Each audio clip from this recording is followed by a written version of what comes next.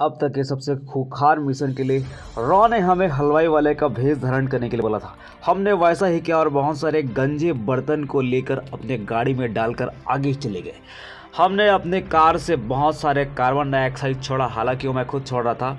बहुत ही आगे बढ़ते रहे। जैसे जैसे हम आगे बढ़ते रहे कुछ नहीं हुआ, बल्कि रोड पीछे चली जाती गई। एक कार वाला है वो टाइम से बोला था, भाई रुको जल्दी, कुछ हमें छोड़ना है। क्या छोड़ना है आगे पता चलेगा। हमने अपने गाड़ी का एक्सीलेटर दिया और ब्रेक चलाया और गाड़ी रुक गई। हमने छोड़ने के लिए खूब सारा तरल पदार्थ छोड़ दिया और सबने मिलकर छोड़ा, जिससे वहाँ के सारे नदी नाले भर गए।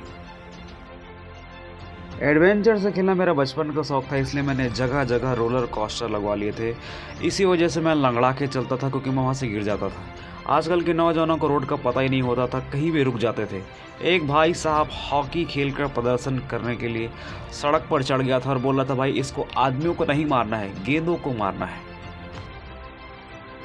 अपने वही बंधुआ मजदूर जो मेरे फोटो खींचने के लिए लगे हुए थे, उनको चाय पानी के लिए भी कुछ देना पड़ता है। मेरे पास सैलरी होती नहीं, इसलिए मैं उन्हें 5-5 रुपए की चाय पिला देता, वो उसी में ही सॉर्टेड रहते।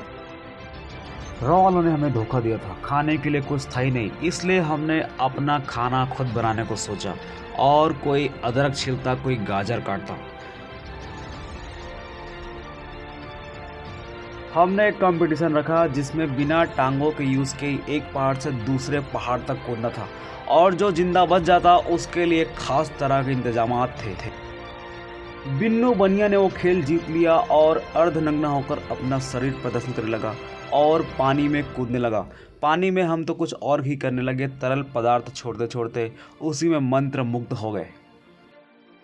वहाँ की हरियाली, खासकर फीमेल हरियाली, हमें ज़्यादा ही पसंद आ गई, इसलिए हमने वहाँ का रहवासी बनने का ठान लिया और अपना बोरिया बिस्तर तंबू वही गाड़कर वहाँ का रहवासी बन गए।